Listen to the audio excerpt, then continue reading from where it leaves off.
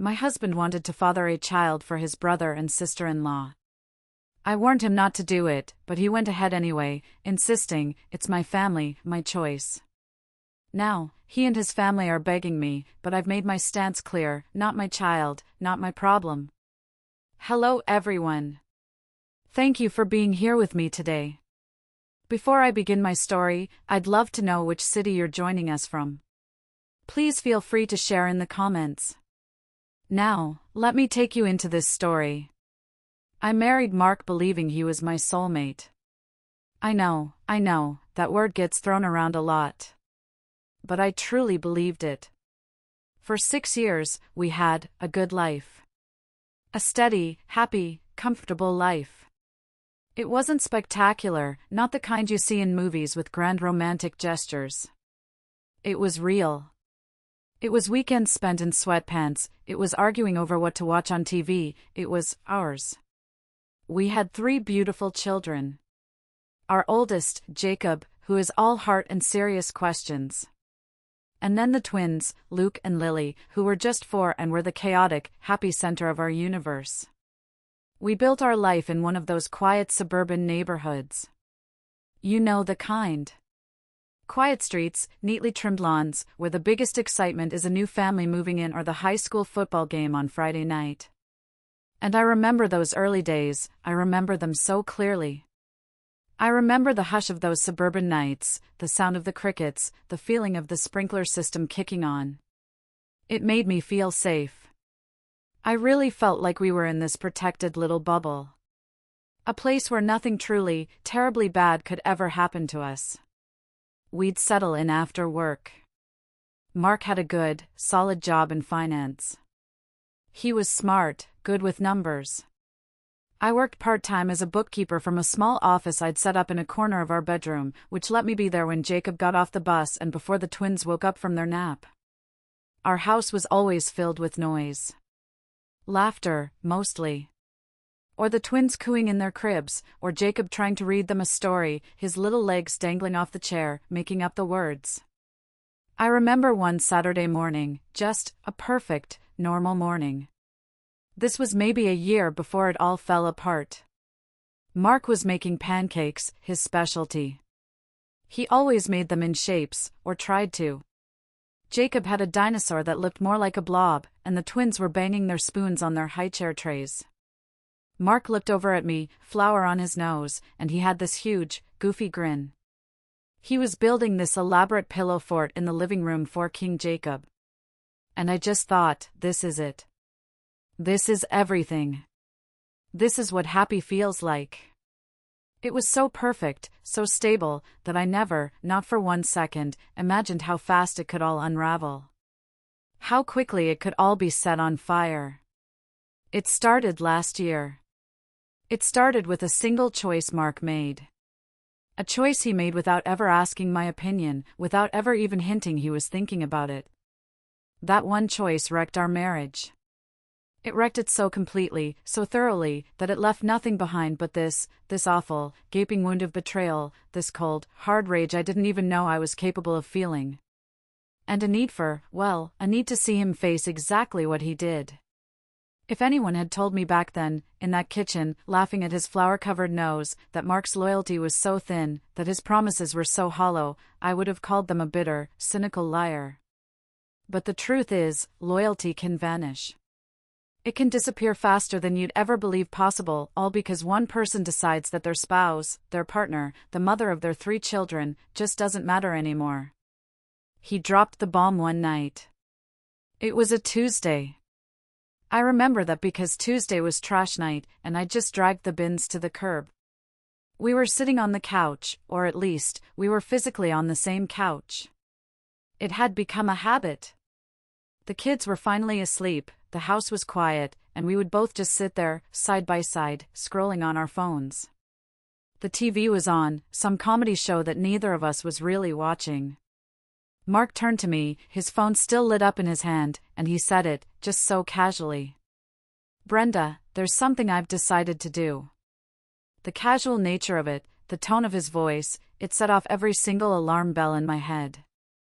Mark only spoke like that, with that kind of flat finality, when he had a big announcement, something he was absolutely determined to push through, no matter what I thought.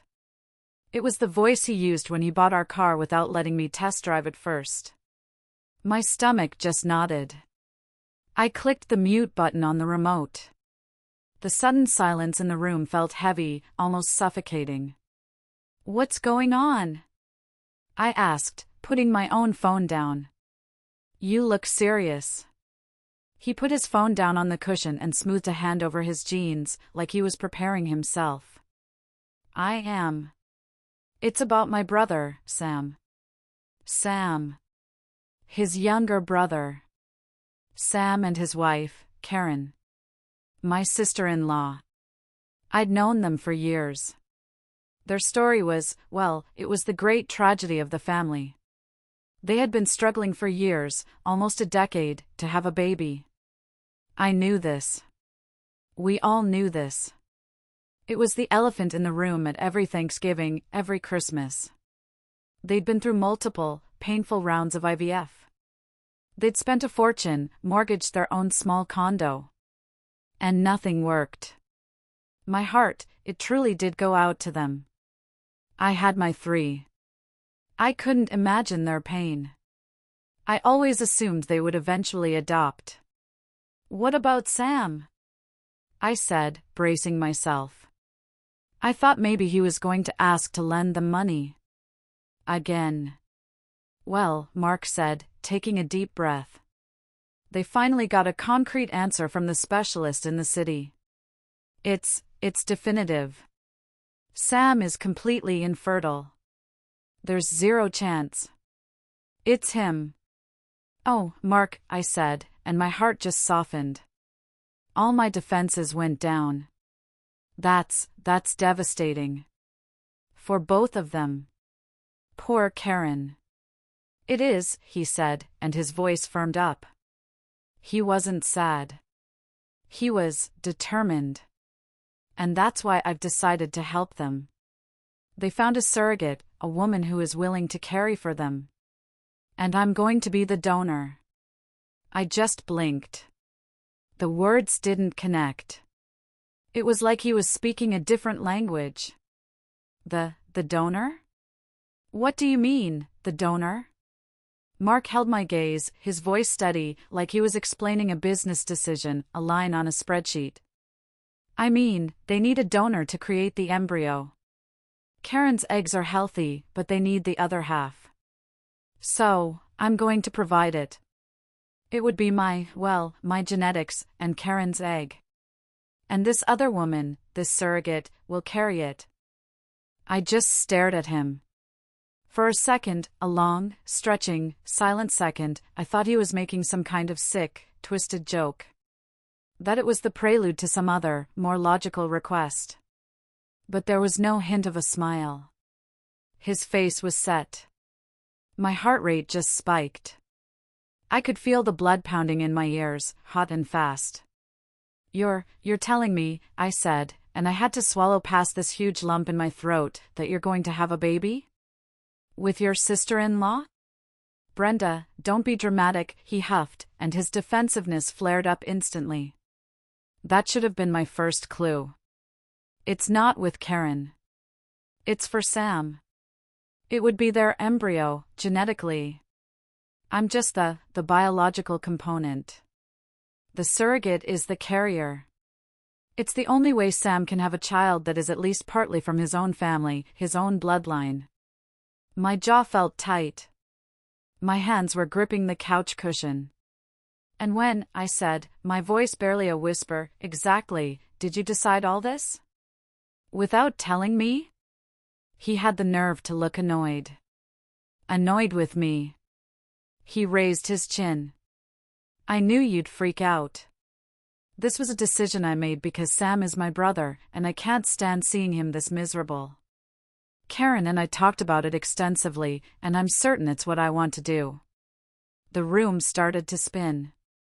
The blood drained from my face. "Karen, and you? You talked about it extensively?" I repeated, and a hot coil of anger, so hot it almost made me sick, tightened in my gut. That's great. That's just great, Mark. Meanwhile, I'm your wife. I'm the mother of your 3 children. I'm your partner in everything. And I'm the last one to find out? Do you have any idea, I whispered, and my voice was shaking, how that feels? To find out your husband is planning to have a child with another woman, and you're not even part of the conversation? His eyes flashed with exasperation, not guilt. Not shame. Exasperation. Brenda, I'm sorry I didn't tell you sooner, but this is about my family. My brother. His happiness. I'm doing this with or without your permission. I hoped you'd support me, I really did. But I knew you'd try to stop me. And this is just too important. I could barely speak for a moment, my throat was so tight with fury. So that's it? You're just telling me? You're telling me to just accept that you're going to father another child? A child that isn't mine? A child that will be my children's half-sibling? A child that will be, genetically, half your sister-in-law's? And you think I'll just smile and clap my hands and say, go for it, honey? Mark stood up, crossing his arms. It was his power pose, the one he used when he was about to lay down the law. He was towering over me. You can call it what you want, but this is happening. Sam and Karen are counting on me. My parents are supportive. And if you really loved me, you'd respect that. An icy calm suddenly settled over me. It was more frightening than the anger. Respect? You don't show respect by blindsiding your wife with a choice that impacts our entire marriage, our finances, our children. You're not just making decisions about your biological component, Mark. You're making decisions about our family. He threw his hands up, a gesture of complete dismissal. Stop acting like you're the victim here. Sam is family, too. I'm saving him. I'm giving him a chance at a family. If you can't see that, then maybe I've overestimated you all these years. That final statement. That's what sent me over the edge. Overestimated me? I stood up, my fists clenched so hard my nails were digging into my palms, leaving little half-moon marks. Mark, if you go through with this, if you do this, it's going to tear us apart. I am telling you, right now, this will be the end of us. He just moved past me, walking toward the kitchen, his shoulders rigid. Then maybe we're not as strong as I believed. I just stood there, seething, in the quiet living room. My heart was pounding so hard I could hear the blood rushing in my ears. I tried to breathe through the anger, but it felt like a betrayal so profound, so deep, I couldn't even name it. The quiet house, our safe little bubble, it was pressing down on me, thick with the aftershock of his words. And although I told myself I should calm down, that we could talk about it in the morning, that he was just emotional about Sam, I already knew. Everything had changed. I thought the emotional betrayal was the worst part. I thought him choosing his brother and his sister-in-law over me, over our marriage vows, was the lowest he could sink. I was wrong. I was so wrong. A few days later, after we'd been living in this icy silence, he was sleeping in the guest room, by his own choice. I was trying to get our finances in order. I had this sick feeling in my stomach. I was thinking, I need to know what I'm dealing with. I need to know what a divorce would even look like. I needed to see a lawyer. But before I did, I needed to know our financial situation.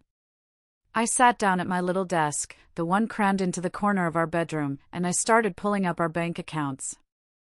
Everything looked normal, checking our small joint savings, and then I clicked on the college fund.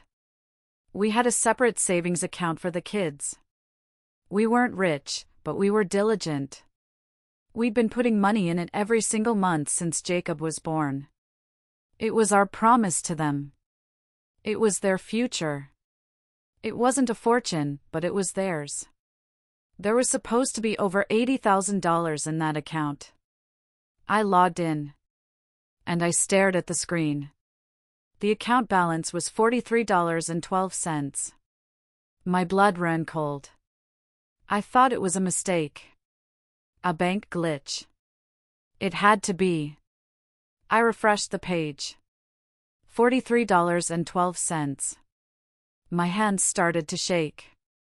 I clicked on the transaction history. One large withdrawal. A wire transfer, dated 3 weeks ago.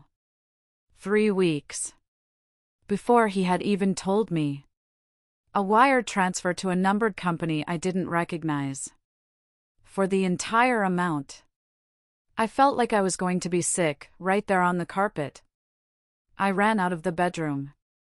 Mark was in his home office, the door closed. He was on a conference call. I could hear his loud, confident business voice through the wood. I didn't care. I slammed the door open. It hit the wall with a crack. He looked up, startled, his face instantly turning to thunder. Brenda! I'm on a call.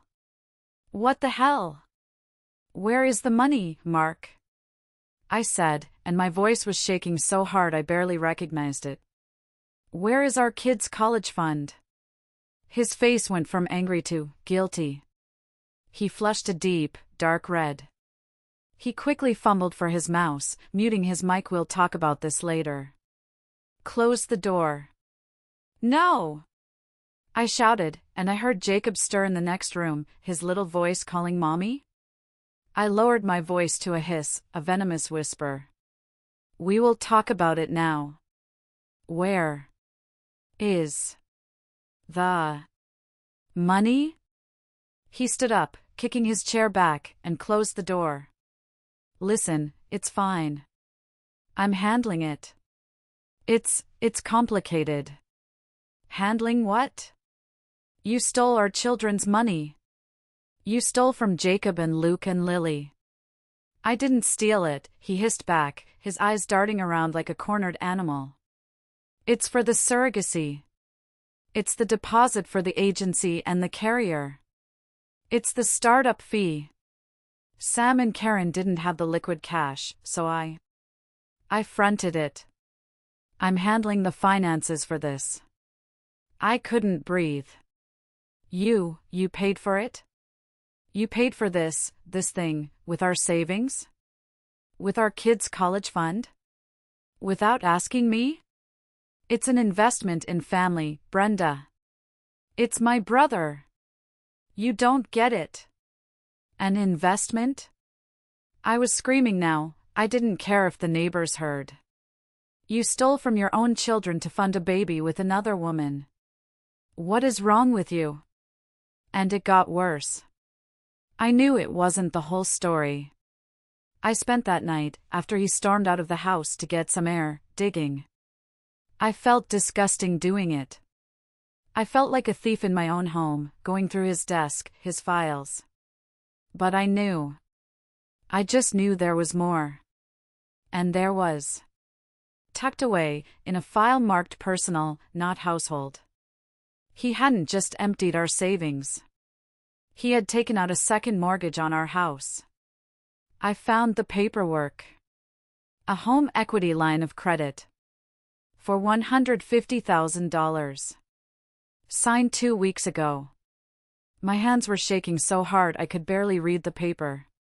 My name was on it. Mark T. Miller and Brenda A. Miller. And then I saw it. At the bottom. His signature, bold and arrogant. And next to it, my signature. Brenda A. Miller. Only I had never, ever seen that document before in my life. I had never signed it. He had forged my signature. He had traced it, or faked it. It was close, it was frighteningly close, but it wasn't mine. The loop on the B was wrong. He had forged my name. He had committed fraud. He had stolen our family's security, drained our home of its equity, to fund this fantasy life for his brother. The betrayal wasn't just emotional. It was a crime. He had committed a felony against me, his own wife. That night, I didn't sleep. I didn't cry. I sat at the kitchen table until the sun came up, holding that piece of paper, that proof of his fraud. The man I married, the man who built pillow forts and had flour on his nose, he was gone. In his place was a stranger. A con man. A thief. The next morning, when he came home, reeking of stale barroom smoke and guilt, I was waiting. I called a lawyer, Mark, I said, my voice dead calm. A lawyer? For what? He grumbled, rubbing his face, not even looking at me. I held up the mortgage document. For the divorce. And for this. His face went white. He finally understood. The next day, I didn't just call a lawyer. I went to one. I remember the feeling of walking into that sterile, high-rise office building. The smell of lemon polish and old paper. I'd found her online, Cynthia Davies. Her website said she specialized in complex, high-conflict divorce and forensic accounting. I knew I needed more than just a simple divorce lawyer. I sat in her office, on a stiff leather chair, and I laid it all out. The donor story. The secret conversations with Karen. The empty college fund. And then, the finale. I slid the forged mortgage document across her big mahogany desk. Cynthia, she was this sharp woman in her 50s, with piercing blue eyes and not a single hair out of place. She picked up the document. She looked at it. She looked at my driver's license, at my real signature on the retainer agreement. She didn't gasp. She didn't look shocked. She just nodded. Well, she said, her voice crisp. He's not just an adulterer, in spirit anyway. He's a fool. And he's a criminal. This forgery, this is our leverage. This is everything. I felt this strange wave of relief. I wasn't crazy. I wasn't overreacting. I was a victim of a crime. So what do we do? I asked, my voice small. We file, she said. We file for divorce on grounds of irreconcilable differences, and we let his lawyer know that we are in possession of this document. We let them know that we are reserving the right to press criminal charges for fraud. We don't, not yet. We use it to get you everything you deserve. The house. Full custody. And every dime he stole. When Mark was served the papers a few days later, the rage was, it was biblical. I'd taken the kids to a friend's house, just in case. When I came home, a lamp was broken. A picture of us, our wedding picture, was on the floor, the glass shattered. How dare you, he yelled, pacing the living room, his face purple. You went behind my back? You're trying to destroy this family. After I told you why I was doing this? For Sam. Me? I just laughed. It was a horrible, broken sound. You're the one who forged my name on a loan document, Mark. That is a crime. You stole our kids' future. You're lucky I'm not calling the police right now and having you arrested. He paled at that. The word arrested hit him. But he recovered. He tried to pivot. He tried to gaslight me. It's a misunderstanding. I signed it for you, to expedite things. I was going to tell you. We can fix this, Brenda. You just need to accept that I'm doing this for Sam. Then we can move on. We can pay the money back. No, you're not hearing me, I said, standing my ground. There is no fix. There is no moving on. You went behind my back, you used our finances, you signed up to father a child, and you forged my name. Our marriage is secondary to your brother's baby. I am done. I am so done. The problem was, in our state, there's a mandatory 1-year separation before a divorce is finalized. 1 full year. And Mark refused to move out. He claimed he had a right to be there. This is my house, too, Brenda. I'm not leaving my children. He used the kids, of course. He used them as human shields. He claimed they deserved a stable house, even though the house was a toxic, silent war zone. He claimed he needed to be there to oversee the surrogacy process, which was a joke, since the surrogate was in another state. I didn't want to uproot my children, either. Cynthia, my lawyer, advised me that as long as I wasn't in physical danger, staying in the house and establishing status quo with me as the primary parent was the best thing for the eventual custody battle. Let him stay in the guest room, she said. Let him dig his own grave. Document everything. So I tolerated him. Tolerate is a generous word. He moved into the guest room permanently. I changed the lock on my bedroom door. I bought a mini fridge and put it in my closet. We moved like strangers. We were two ghosts sharing a mortgage, and the only thing connecting us was the thick, choking tension. It seeped into every corner of the house. We spoke only through text messages, about bills or who was picking up Jacob from soccer. I started to build scenes of this new, horrible life. One night, I was making dinner. Spaghetti. Just for me and the kids. I made exactly 4 portions. I set 3 plates at the table for us, and put my own in the microwave for later. Mark walked into the kitchen, smelling like whatever soap he used, and he just stood there, expecting a plate. He looked at the stove. He looked at the table. You didn't make me any? He asked, his voice full of this wounded disbelief. I didn't even look up from packing Jacob's lunch for the next day. I made enough for the kids and me. You're on your own.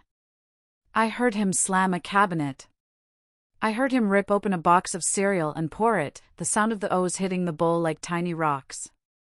He ate his cereal, standing up at the counter, his back to us, while I sat with our children and asked them about their day. The silence was deafening. Another time, we passed in the hallway. It's a narrow hallway. We had to turn sideways to get past each other. And we did it without a single word. No excuse me, no eye contact. He just smelled like a stranger. The kids picked up on it, of course. They aren't stupid. Why don't you and Daddy sit together at dinner anymore, Mommy? Jacob asked one night, his little face all scrunched up with worry. I swallowed the bitter truth. It felt like swallowing glass. Sometimes grown-ups, sometimes they have big disagreements and they need some space, sweetie. But we both love you more than anything. And I'll always be here. The innocence in my child's eyes, it just made me want to throttle Mark. And Sam. And Karen. They had put us in this position. But mostly, I resented Mark. He let it happen. He made it happen. A few months into this hell, I got a call from the surrogacy agency. Well, Mark did. I heard him on the phone in the guest room. He was happy. The surrogate was pregnant. On the first try. It was a girl. And that's when my in-laws, Sam and Karen, started to invade. Now that there was a real baby on the way, a real piece of their family, they apparently felt they had a right to my home, since Mark was still technically living there. I came home from work one afternoon. I was tired. I'd been juggling my bookkeeping clients, who were all in a panic about quarterly taxes, and all 3 kids. Lily had a cold. I'd been up half the night with her. I was navigating parent-teacher conferences and doctor's appointments alone, all while my husband was living down the hall, texting his sister-in-law about baby names and ultrasound pictures. I walked in, balancing Lily on my hip, Jacob trailing behind me. And I found them. Sam and Karen. In my living room. With Mark. They were all smiling, holding paint swatches up against my living room wall.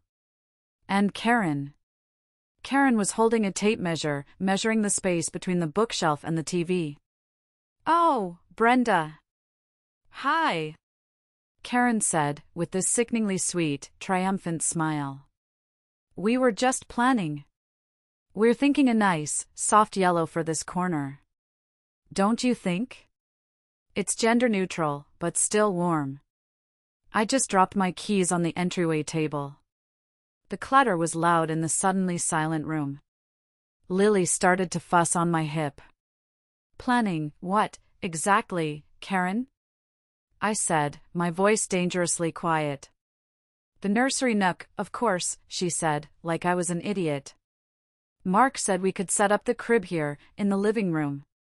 That way, when the baby comes, he can help out with the night feedings. He'll be right here.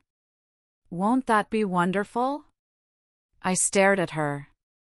Then I stared at my husband. He was just standing there, nodding, like this was the most normal, reasonable thing in the world. Set up a crib. For their baby. His and Karen's. In my living room. Brenda, Mark said, starting to look nervous at my silence, isn't it great? Karen found this amazing convertible crib on sale, and Sam can pick it up this weekend. It'll just be for a little while. I took a deep breath. I put Lily down, and she toddled over to Jacob. Jacob, I said, take your sister to your room and play. Mommy needs to talk to the grown-ups. He nodded, his eyes wide, and led her away. The moment they were out of earshot, I turned. Get out, I said. Karen's smile froze. What? Get out. Get your paint swatches and your tape measure and get out of my house. Now, Brenda, Sam started, trying to play peacemaker, putting his hand on my arm. We're just excited. We're family. We're all in this together. I recoiled from his touch like he was on fire. Don't you touch me, I snapped, my voice shaking with a rage I didn't even know I had. We are not in this together. It stopped being about family when you two lulled my husband into this twisted plan behind my back. It really stopped being about family when he stole our children's college fund to pay for it. Karen gasped, her hand flying to her chest. Mark looked like I'd slapped him. Brenda! Don't you dare talk about our finances in front of them. I will dare, Mark. I shouted. This is my house, too. My name is on the deed, the real one. And you will not turn it into your personal baby headquarters. You don't get to bring your mistress baby planners in here to redecorate. That is not fair. Karen shrieked, and the fake tears welled up instantly. It's not like we enjoy being here, around this hostility. We're just trying to make this as painless as possible for everyone. Painless? I laughed. It was a horrible, ugly sound. You want to talk about pain? You, who have been plotting with my husband. Let me guess. You expect me to go along with it? Maybe I should host the baby shower for you? Support Mark's pregnancy cravings while he helps you pick out strollers? For God's sake, Brenda. Mark yelled, his face purple. You're being unreasonable. You're hysterical. I'm being unreasonable? I turned on him, jabbing a finger at his chest. You forged my name. You emptied our savings. You are fathering a child with this woman's egg. And I'm unreasonable because I don't want their crib in my living room? I pointed at the door. If you two, I said to Sam and Karen, my voice low and shaking, ever show up here unannounced again, we are going to have a serious problem. A legal problem. My lawyer is very good. Do you understand me? Sam's face went pale. He knew I wasn't bluffing. He grabbed Karen's arm. Let's go, honey. She's not well. They hustled out, paint swatches scattering on the floor. The door slammed. And I was left alone in the living room with Mark. He whipped around, his face contorted with rage. He pointed that finger right at me. You're acting like a child. A spoiled, selfish child.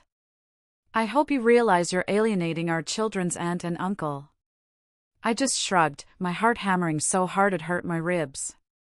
I'd rather alienate them than let them waltz in here as if my marriage, my home, and my signature don't matter. He stormed off into the guest room and slammed the door so hard a picture frame fell off the hallway wall. I was left alone in the living room, with the hot, swirling rage that had become a near-constant presence in my gut. I just sank onto the couch, put my head in my hands, and for the first time in weeks, I cried. The next few months were a grim routine. A living hell. The pregnancy, which was happening in another state, was progressing. I knew this because Mark was becoming more and more stressed. He hadn't just used our savings and the fraudulent loan. He was draining his own salary. It turned out, surrogacy wasn't a one-time fee. The agency had additional fees. The carrier, this woman in another state, needed special checkups. There were complications. The costs were piling up. He, who was so good with numbers, had been taken for a ride. He was a financial whiz at work, but a complete idiot when it came to his family. And now, he expected me to care. He expected me to be his emotional support. He'd sit at the kitchen table late at night, long after the kids were in bed. I'd come out for a glass of water, and he'd have piles of bills spread out in front of him. Medical bills. Agency invoices. The agency fees are more than I thought, he'd mutter, loud enough for me to hear. They're charging for administrative processing. It's ridiculous. I'd just fill my glass of water and turn to leave. Brenda, he'd say, his voice strained, desperate. I feel so overwhelmed. I'm not sleeping. This is a lot. I'd just pause at the doorway, my back to him. Sounds tough. You should probably call Karen. Or Sam. Or your mother. I'm sure they'd be happy to listen. And I'd walk away. He cornered me in the hallway one night as I was coming out of Lily's room. He'd been drinking. I could smell the whiskey on his breath. Can't you even talk to me? He slurred, blocking my path. I'm trying here. I'm the father of your children. You're supposed to support me. I looked at him, at his bloodshot eyes, his rumpled clothes. I felt nothing. Just cold disgust. I'm supposed to support your fraud? I'm supposed to support you stealing from our children? You're stressed, Mark?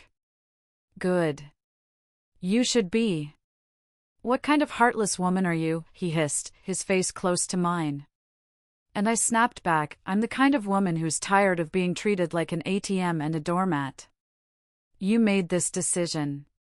You handle it. Now get out of my way. He'd stomp off, often ranting about my cruelty, about how I was unbelievable. But every tear of frustration he shed, every sigh of stress, it just fell on the hardened shell of my heart. I reminded myself every single day of the $80,000. Of the forged signature.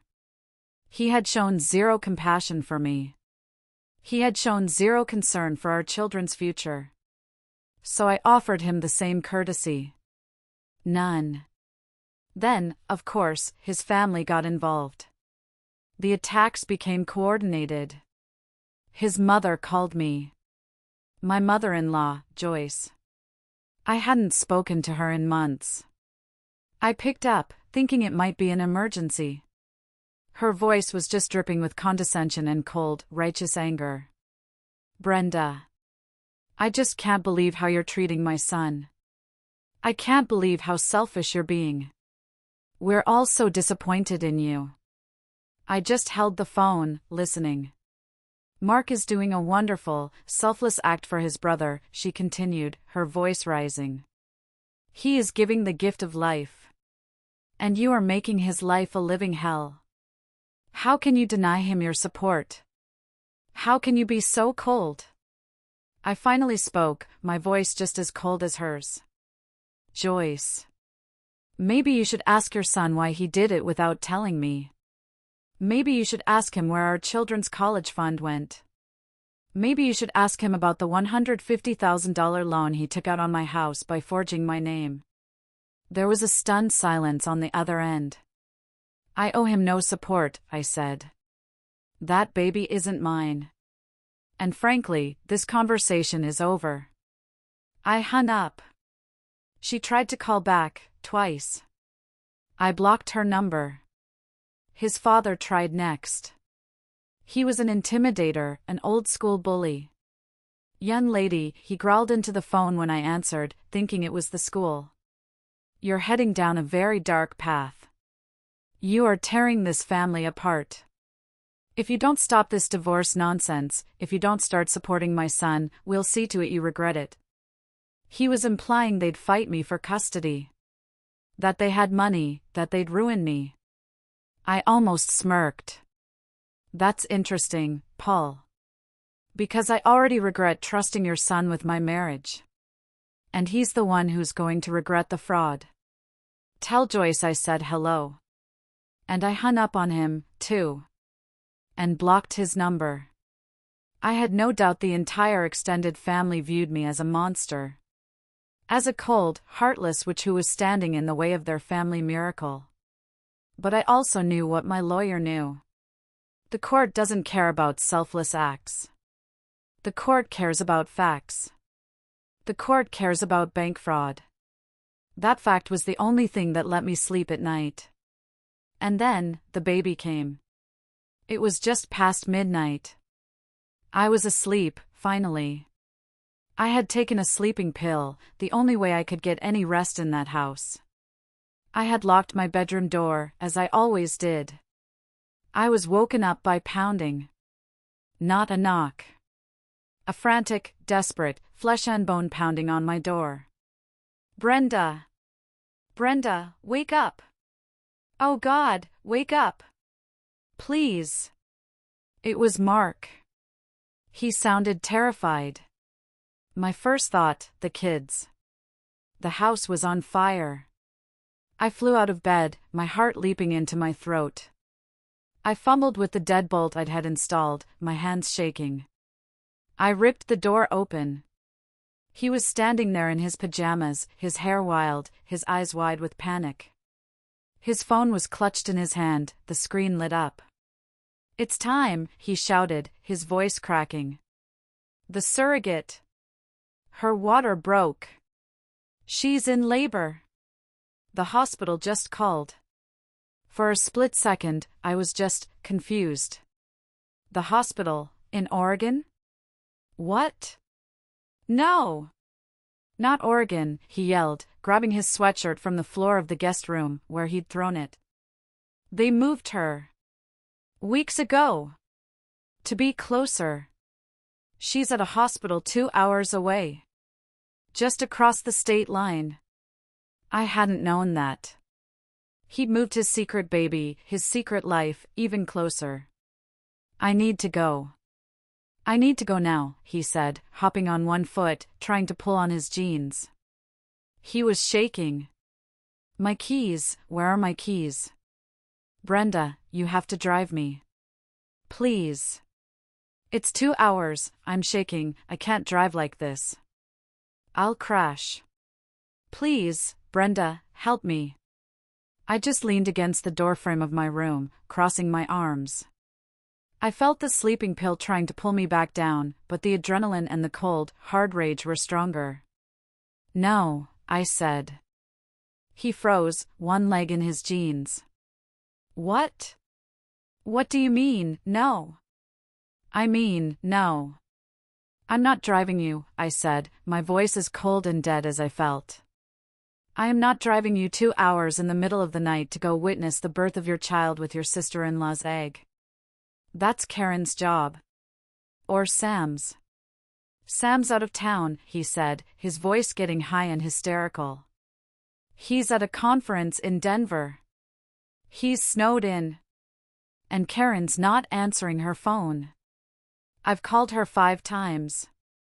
Her phone is going straight to voicemail. I need to get to the hospital now. I just shrugged. Call an Uber.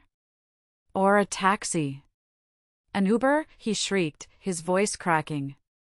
It'll take an hour just to get here. It's the middle of the night. I'll miss it. I'll miss the birth. Brenda, please.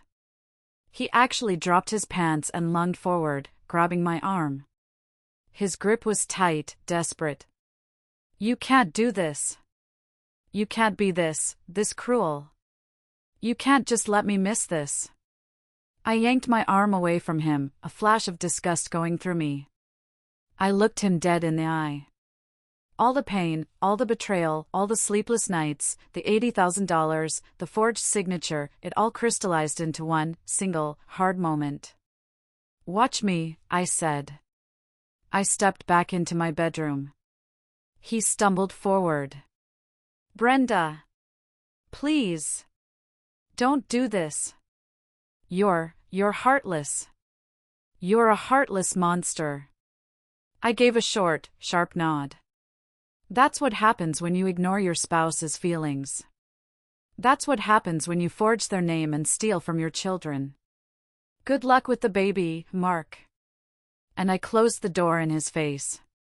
Not a slam. Just a solid, final click of the lock. I heard him scream in the hallway. A sound of pure animal rage and despair. You're a monster. You're a heartless monster, Brenda. You'll pay for this. I heard him pounding on the door, his fists hitting the wood, but I just walked away. I sat on the edge of my bed.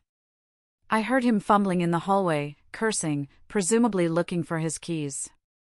I heard the front door slam, the frame rattling.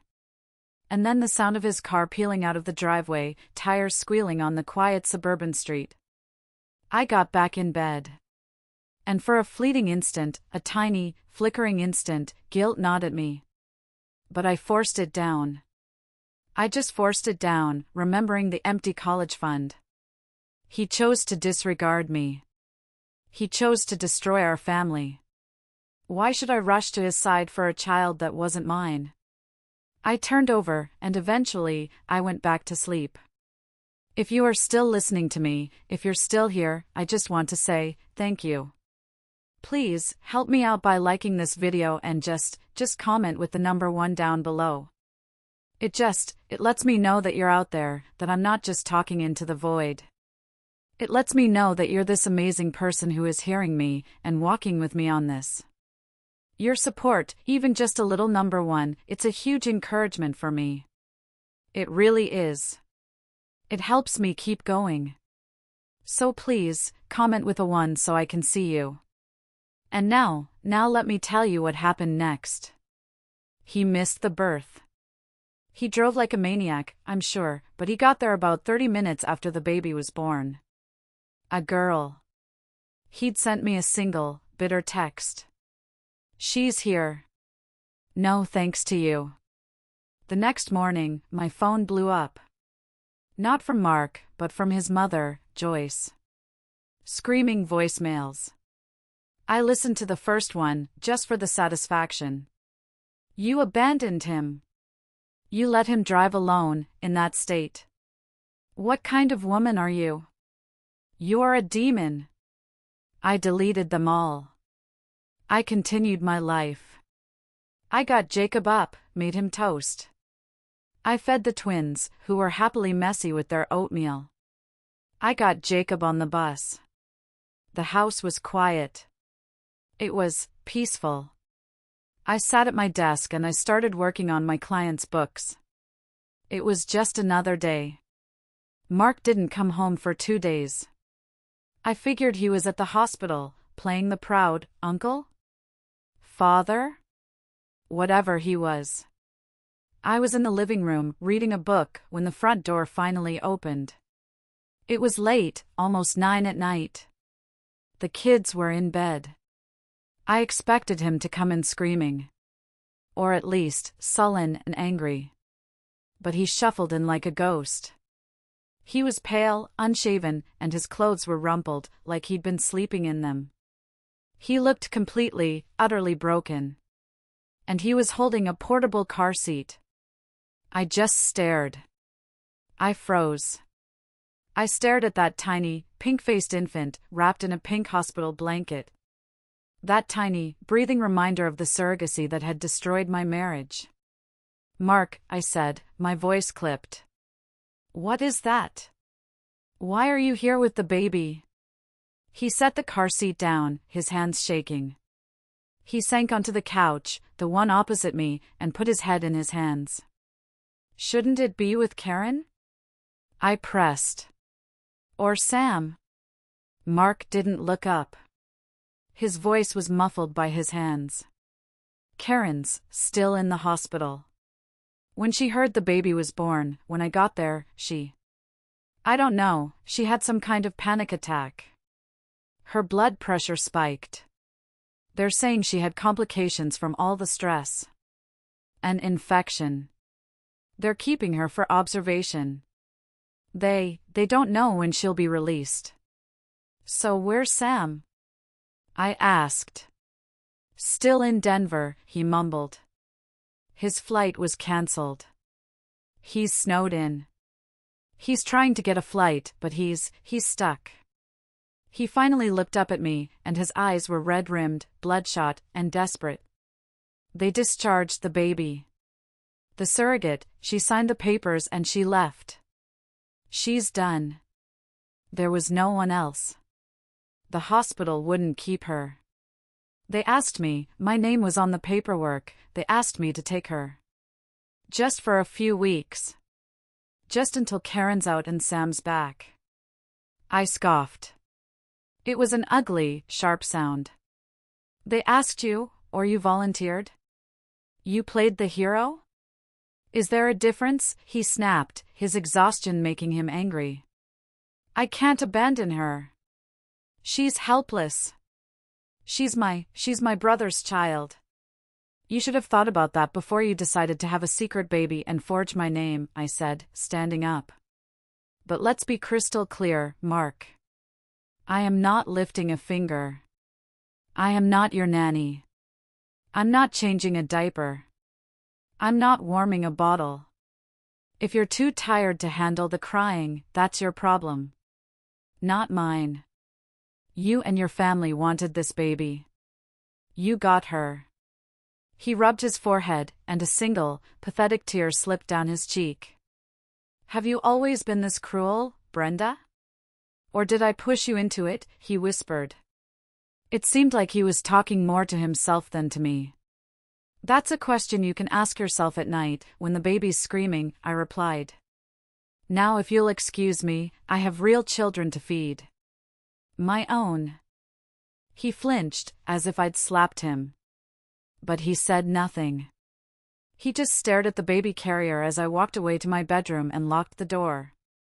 For the next month, our house was a special, unique kind of hell. "The infant," she wailed. She didn't just cry. She screamed. She had colic, or maybe she was just miserable, I don't know. But from 10 p.m. until 5 a.m., she shrieked. A high-pitched, relentless, nerve-shredding sound. And Mark, who had never been the primary parent for our own children when they were infants, who had never done a single night feeding with the twins, he was a complete wreck. He'd be shuffling around at 3 a.m., half awake, the baby screaming in his arms. I'd hear him in the kitchen, fumbling with bottles, cursing under his breath. I'd hear him trying to rock her, hissing shhh, shhh, his voice cracking with exhaustion and despair. He came to my locked door. He begged. "Brenda, please," he said one night, his voice breaking, his forehead pressed against the wood. I heard his tears dripping onto the bottle in his hands. "I need half an hour. Just half an hour to lie down. The baby's been crying for hours. I need a break. Please." I held his gaze through the crack in the door. I could see his bloodshot eye. I was unwavering. "Go call your mother, Mark. Go call Joyce. I'm sure she'd love to come over and help. Or call your father. Or call Karen at the hospital. I am not helping you. He'd let out this frustrated sob and turn away, the baby's cries echoing down the hallway. I felt a flicker of remorse, I admit it. But it was for the child. That poor, innocent baby had done nothing wrong. But this was Mark's doing. This was the consequence he had bought and paid for with my children's college fund. I would not let him off the hook. I would not save him. His mother and father visited often. They had to. They'd come over, and his mother would immediately take the baby, glaring at me like I was something she'd scraped off her shoe. She'd coo at the baby, "Oh, you poor thing, is the mean lady ignoring you?" His father tried to corner me in the kitchen. "Listen here," he'd say, his face all puffed up. "You should be ashamed. Mark is postpartum, too, you know. He's exhausted. He needs rest. You can't just abandon him like this." I'd just glare at him, holding my coffee mug. He should have thought of that before ignoring my boundaries. He should have thought of that before he committed fraud. Let your family handle it. Not my baby, not my problem. He'd stomp away, cursing me under his breath. It was this constant chorus of condemnation. I was the monster. I was the cold, heartless witch. And I just endured it with this grim satisfaction. They thought I was heartless, but so far, the law was on my side. Especially once the finances came into question. The divorce process was slow, but it was inching forward. My lawyer, Cynthia, was brilliant. She was building the case. She presented all the evidence. The bank statements. The loan documents. The timeline of his deception. His explicit disregard for my refusal. His funneling of marital funds. And, of course, the forgery. Meanwhile, Mark's lawyer tried to spin me as this cruel, vindictive woman who had abandoned her husband in his time of need. But because the baby wasn't mine, and because he'd hidden his plans and forged my name, his argument held very, very little weight. Sam and Karen, ironically, were silent on the subject of finances. Sam finally got back from Denver. Karen finally got out of the hospital. They were probably just relieved they weren't on the hook for the money Mark had drained from our accounts. They just wanted the baby. But with Karen's ongoing medical issues and Sam's unreliable job situation, they couldn't even take full custody right away. The baby's presence in our house became this bizarre, tense, sleep-deprived arrangement that everyone hated. By the time we reached the final hearing, Mark had recovered physically from the newborn hell stage, but he was a shell. Frazzled, broke, and desperate. He cornered me in the living room 2 weeks before the court date. The baby was finally gone, staying with his parents until Karen was strong enough. The house was quiet. "I need some financial help," he said bluntly. "No, hello. No, how are you?" I looked up from my laptop. "For what?" He hesitated, then folded his arms. He was trying to look strong, but he just looked pathetic. "My lawyer says I might be entitled to spousal support. I shouldn't have to find a new job immediately. I'm recovering from the stress. I'm emotionally drained." I raised an eyebrow. "You're not my responsibility anymore, Mark." His mouth tightened. "I'm still the father of your 3 children," he snapped. "I'm not talking about money for the surrogacy. I mean money for me to live. To pay for my share of the expenses. To get my own apartment." I closed my laptop. Slowly. "When we're divorced, Mark, I will pay child support for our children as required by law, even though they will be with me. I have no problem with that. But I am not giving you a dime of spousal support. You're the one with the high-paying finance job. Or, you were." He'd lost that job, actually, during the month of newborn hell. He just stopped showing up. His eyes flashed. I deserve some financial security.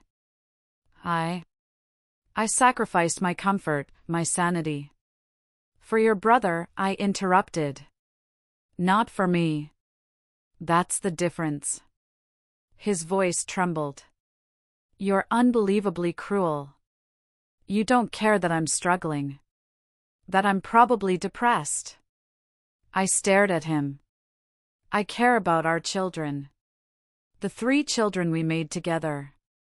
I don't care about the baby that's biologically yours and Karen's. And I don't care about the depression you invited into this house when you forged my name. You made this bed, Mark. Lie in it. He pressed his lips together, tears welling up. You'll regret this, he said, his voice shaking with rage and sorrow. You'll see. I shook my head. You've said that before. The only regret here is that we're in this mess at all. He swallowed, glancing away. Brenda, he said, his voice quiet. It hurts me to say this, but you're not the woman I remember. I gave a bleak laugh. Nor are you the man I married, Mark. Life changes. He marched away, leaving me with the quiet. At the final court date, Mark sat at one table with his lawyer. He looked terrible. He'd lost weight, and his suit was rumpled. I sat at another with Cynthia. I'd had my hair done. I wore my best suit. I looked, and felt, calm. Sam and Karen were in the gallery, sitting right behind Mark, wearing identical expressions of apprehension. The judge was a stern-faced woman in her 60s. Judge Albright. She had a reputation for being tough, but fair. She had reviewed all the documents. I could tell from her expression that she was not impressed. Mark's lawyer attempted a tearful, flowery speech about how Mark was driven by familial love, and how he had acted rashly, perhaps, but out of a deep, abiding loyalty to his brother. He tried to paint me as vindictive and emotionally abusive, how I had abandoned my husband with a newborn. Then Cynthia stood up. She was calm. She was careful. She wasn't emotional at all. She just presented the timeline. Your Honor, she said, her voice clear and carrying through the quiet courtroom, Mark Miller made this surrogacy decision without my client's consent. He then proceeded to fund this decision by draining the marital savings account, which was earmarked as a college fund for their 3 children. She slid the bank statements to the judge. The judge put on her glasses and looked at them. He then, Cynthia continued, her voice level, took out a $150,000 line of credit against the marital home, where my client and their 3 minor children reside. He did this by forging my client's signature on the loan documents. She presented the loan agreement, and right next to it, the sworn affidavit from the handwriting expert. Your Honor, this is not just a marital dispute. This is bank fraud. The judge's face, oh, it was a sight. She slowly took off her glasses. She looked at the forgery. Then she looked at the affidavit. Then she looked up, over the bench, and she stared at Mark. Just a dead, cold, silent stare. For about 10 seconds. Mark shrank in his chair. He was staring at his hands. When the judge spoke, her tone was clipped. She was furious. She found Mark's actions to be in blatant, fraudulent disregard of the marital partnership. She recognized that the baby, the product of the surrogacy, was not mine, and therefore I had no financial or parental obligations whatsoever. Regarding spousal support, she said, given the gross misuse and fraudulent acquisition of marital funds by Mr. Miller, his request for spousal support is not only denied, it is insulting. Then, she delivered the final blows. She awarded me primary, physical, and legal custody of our 3 children. Mark received supervised visitation once a month, provided he could prove a stable environment.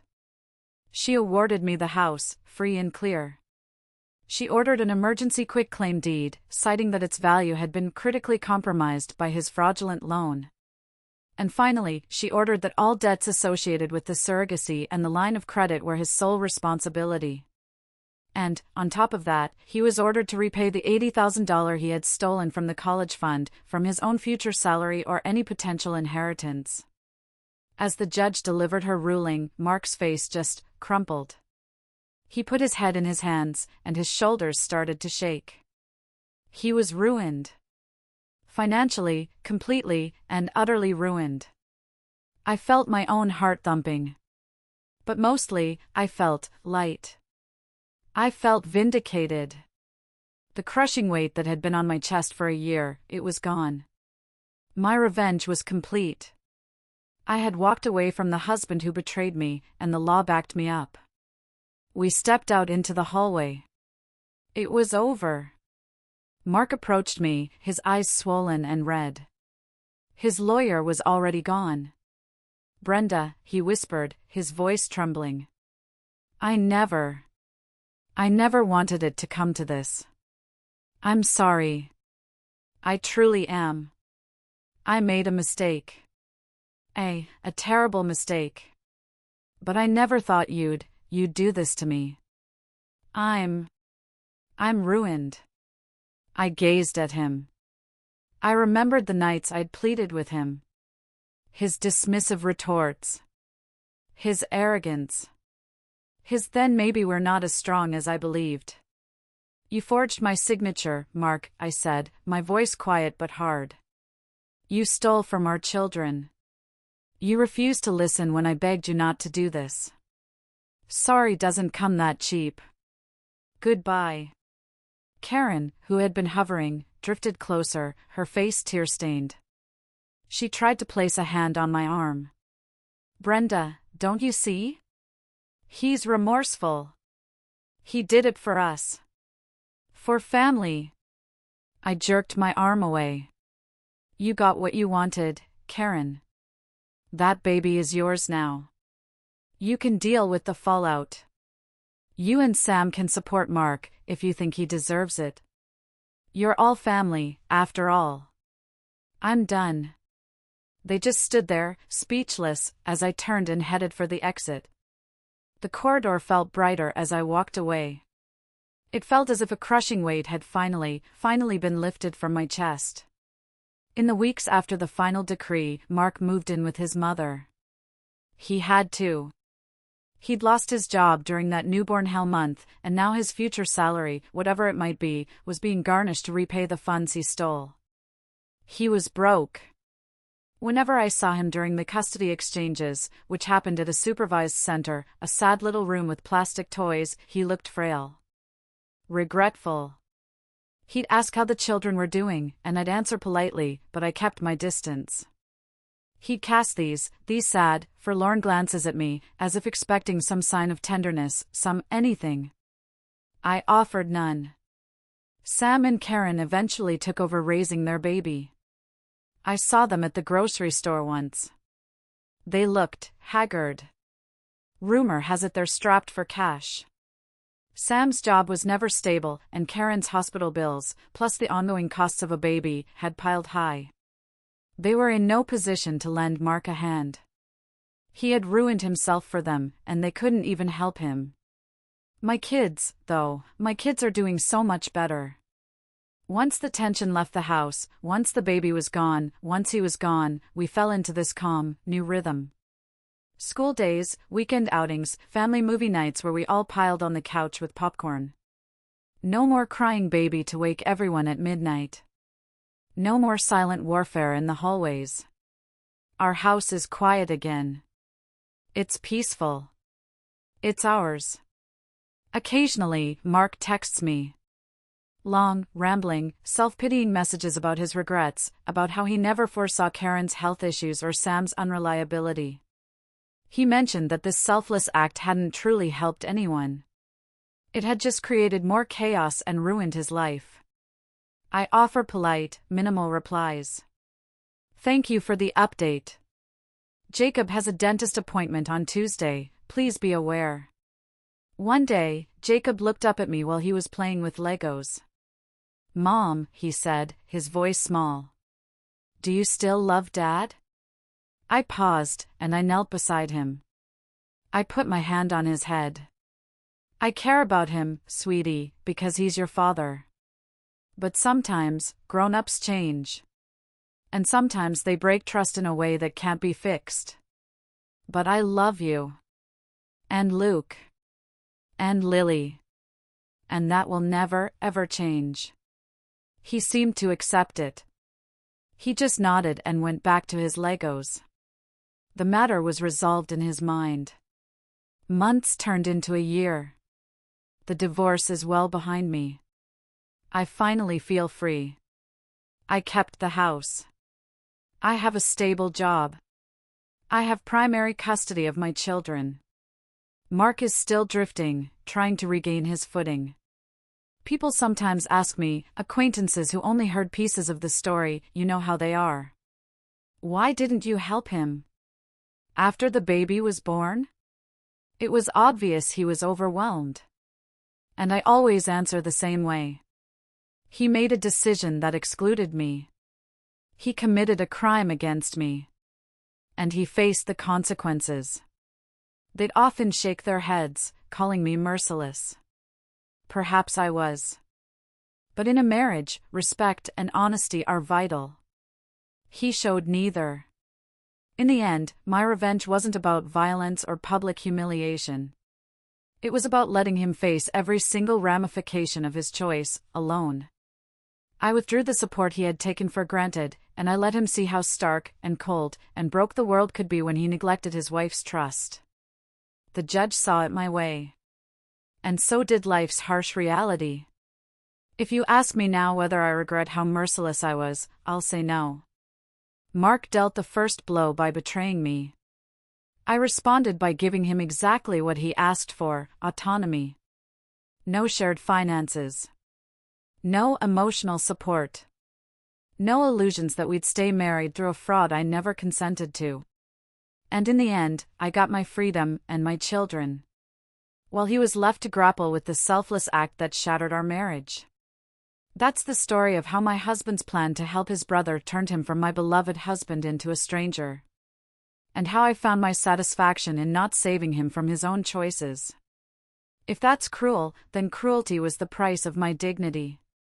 And it was a price I was more than willing to pay. Thank you. Thank you for listening to my story. All of it. If it resonated with you, if you've ever felt that kind of betrayal, or even just the frustration, I'd be so grateful if you liked this video. And please, feel free to share your own thoughts or support in the comments below. It helps. It really does help to know that we're not alone. Take care of yourselves.